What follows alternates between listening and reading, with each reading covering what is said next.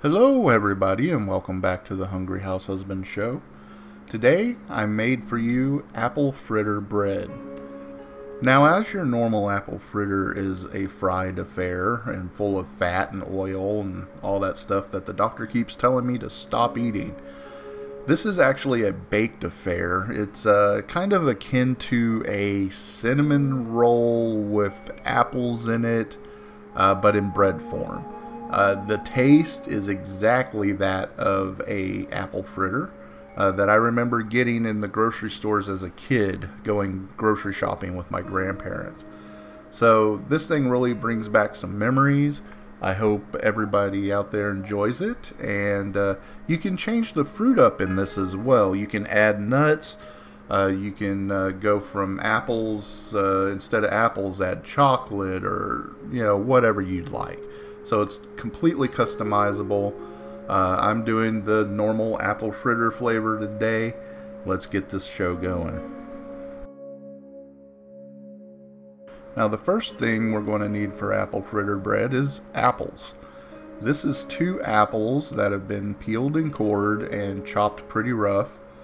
To that, we're going to add our teaspoon of cinnamon and our 2 tablespoons of sugar, and just give them a nice good toss real quick to get them good and coated.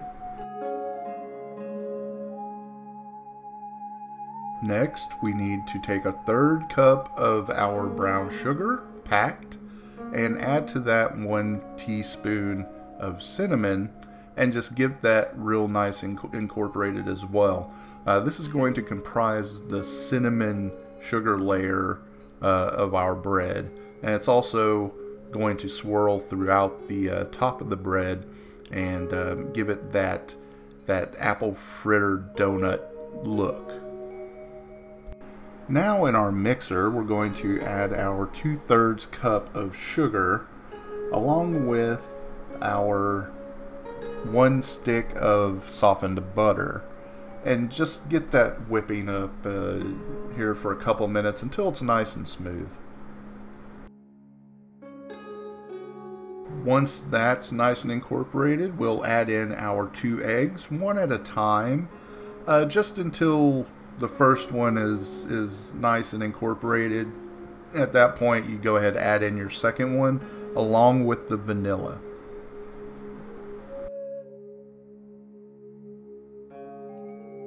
Now at this point, we're going to add our flour and our baking powder. Now, quick tip, I add my baking powder and whisk it into the actual flour before it goes in the bowl. This way you are assured that your baking powder is evenly distributed and you don't end up with one section of cake or bread that rises and the other part doesn't. So good tip there. Go ahead and add the flour in about 1/3 of a cup or so at a time, just until it's incorporated, and then more. It keeps it from flying up in your face and saves you a bit of cleanup time.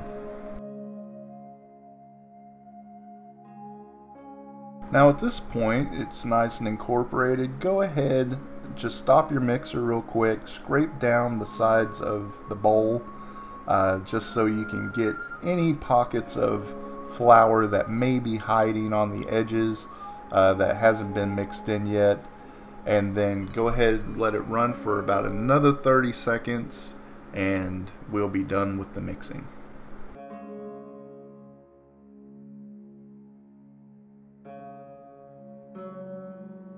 Okay, now for the fun part. We're going to take our greased bread mold and we're going to add in 1/2 of the batter.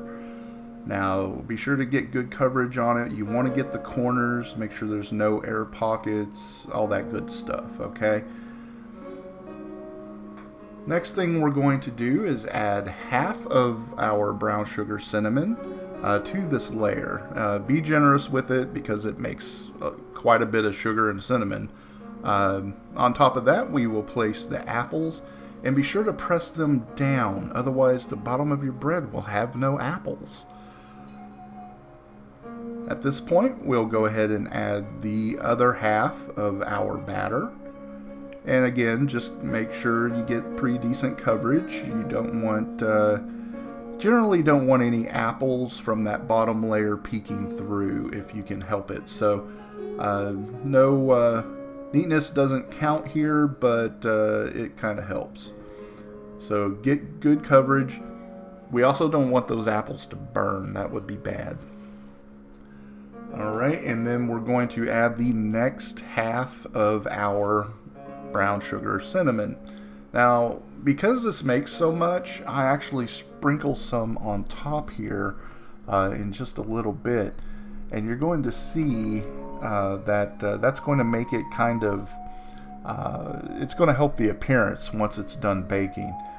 Again, with the next layer of apples. Now these are going to be the top apples. You're going to see these coming on the top of the bread. Be sure to smush them down though. You want even distribution of apple per inch. Then we are going to, there's the last layer what I had left of the brown sugar cinnamon. And then we take a knife and we swirl through it. And this is going to give it that donut effect. It's going to look layered, but not evenly. Kind of a swirl like a cinnamon roll, if you will. Pat it all back down, smooth it out, and into the oven. Set at 350 degrees for anywhere between 50 and 60 minutes. Be sure to stick it with a toothpick to check for doneness. Do remember that ovens vary. So mine actually takes about 70 minutes total to cook.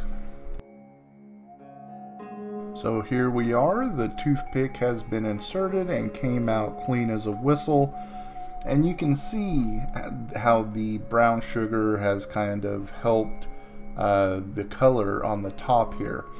Now these apples are not burnt. They don't taste burnt. They are not even crispy. They are nice and moist, and the cake itself is extremely moist. We're going to let it sit here for about 15 minutes while we mix up our glaze.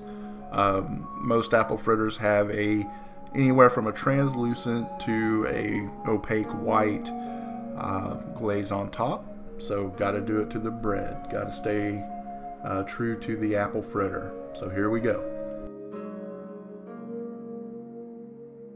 So here's our glaze. It's just a basic cream glaze with powdered sugar, about half a cup, and 2 tablespoons of milk to start with. Now it does depend on the humidity in your environment as to how much milk it's going to take to get your glaze just the way you want it. So start low on the milk end, whisk it, and if it's still too thick, add just a little touch more milk at a time. I'm in Texas, and Lord knows it's humid here, so I started on the low end, but I would take it up all the way to even 3 tablespoons of milk if you wanted it really thin, or if you live in a very dry environment. And now we simply take our bread that's been cooled about 15 minutes, though it's still pretty warm. We're going to just spread this glaze on. Now the heat from the bread is going to help this kind of loosen up a little bit and start to run. That's what you want. You want it to kind of find its own way inside the little nooks and crannies on top. And it's going to, it'll thin it out quite a bit, but not to the point where you don't know that there's glaze there. Just go ahead, spread it around, and then we're going to let it cool completely before cutting. And there you have it, country apple fritter bread. Now this stuff, again, you can vary the fruit that you use. You can even take the fruit out and put in chocolate chips. It's completely up to you. Just think of anything that would go good with French toast would probably go well inside this bread. When you cut it, try and cut it a little on the thick side. It'll hold up better. There are, like I said earlier, nooks and crannies on the inside. It should be solid, though you have places where apple are, and you want to be sure to get the nice pretty effect of all that. This is one of my wife's favorite desserts, and I hope that you enjoy it as well. As always, be sure to like, comment, subscribe on this video. It helps the channel out a lot, and I'd love to hear from you guys. And until next time, may your life and your food always have flavor. Bye-bye.